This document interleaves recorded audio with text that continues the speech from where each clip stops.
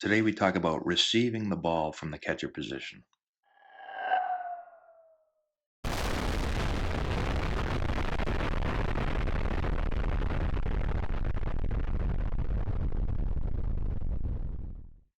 Hey, what's going on, guys? How we doing? Matt Antonelli here. I was watching the Cubs Red Sox game a couple nights ago, and they had a really good view here of the Cubs catcher receiving a ball. It's a fastball on the outer part of the plate, and he does a really good job. Although the pitch is a two-seam fastball that kind of runs back towards the plate, it's a pretty cool example of what happens when you receive the proper part of the baseball to keep the pitch, those borderline pitches, in the strike zone, or those balls that are just off the plate. You receive them in a way that appears to be a strike to the umpire. So we've talked a lot in the past about understanding which part of the ball to catch. And so that's what we're going to talk about today, specifically looking at catching the outside part of the ball on a pitch that's perhaps a little bit off the plate or one of those borderline strike ball calls, trying to beat the ball to the spot, get there before the ball does so that we can catch the proper part of the ball. So I'm going to play this here for a second. Let me actually do that.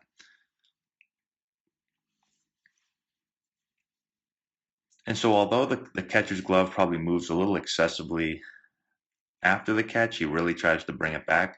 To me, that's not the most important thing. The most important thing is always beating the ball to the spot. So I want to get there before the ball does so that I don't push it off the plate. Um, but then it's catching the proper part of the ball. So let's let's draw this out for a minute. Okay, so here's the really good view of it. So the ball is being thrown obviously to this part of the plate, okay? And right now the ball is slightly off the plate. Now this ball has some pretty good run to it, but you can see the ball's slightly off the plate. So anytime the ball is off the plate this way, I want, if you divide the ball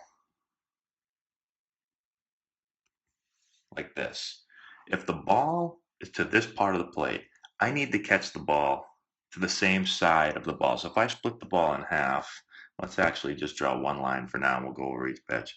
So if the ball's to that side of the plate and I draw a line, wow, my art skills are really suffering right now, huh? It's almost comical. If the ball is thrown to this side of the plate, I want to catch that side of the ball. So I'm catching this part of the ball right here.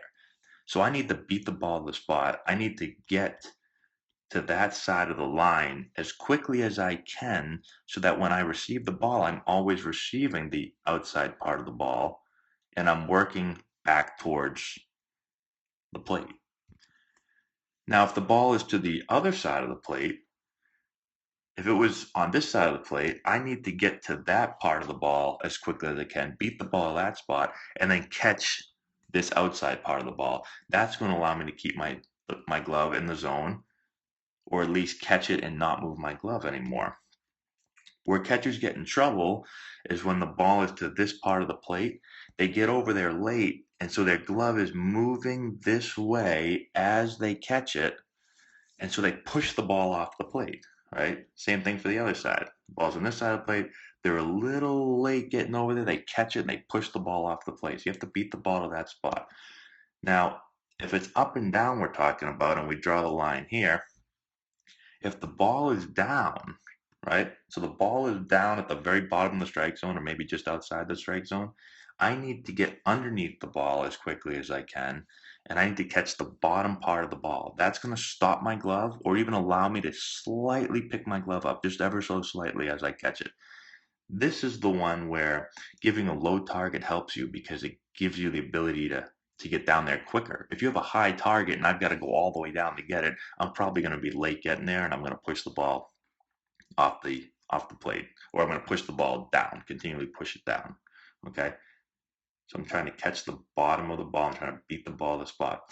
And then if the ball is up, it's a little bit harder to catch the top part of the ball. And this is one that, for me, you might want to catch it a little bit deeper, especially if it's a breaking ball and the ball's up, to let it travel a little bit more. But you can use the same concept, right? You want to try to beat the ball to the spot. And so we're always catching the proper part of the ball, whether it's this part, this part, this part, or this part, depending on the pitch location. So hopefully this makes sense to you guys. Really, really important to work on this every single day as a catcher. So we do drills where we go barehanded and we're just flipping tennis balls and we're focusing on moving the ball around the plate and focusing on beating the ball to the spot and catching the proper part of the ball. You can work on this off a pitching machine, so you can set the thing up and you can physically move yourself around the plate so that you're creating pitches that are more inside, more outside.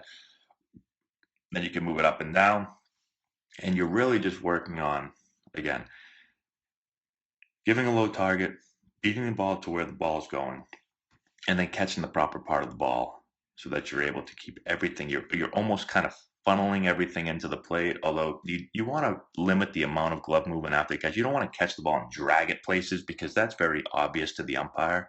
You just want to beat the ball to the spot, catch the ball, and have your glove not move anymore, right? If you can limit yourself from pushing the ball off the plate, which happens a lot, especially the younger catchers, then you're going to get more calls than not. So hopefully this makes sense to you guys. Let me know if you have any questions in the comment section below. Please subscribe to the channel. Give the video a thumbs up. I'd appreciate that. Also share it with all your friends. Check out our Instagram page, Antonelli Baseball, and our Twitter feed, Antonelli9, where we're posting videos every single day, very much like this. Also, check the description box below where I've included a bunch of links to books that I'm currently reading or own and have read in the past that I think are really, really helpful. Also, some training tools that we use with all of our guys that I think you'll like. Check out our website, AntonelliBaseball.com, if you're interested in doing any lessons or finding more info on our teams. And that's all I got for you guys. Good luck to you guys that are still playing. I appreciate you watching the video, and we will talk to you later.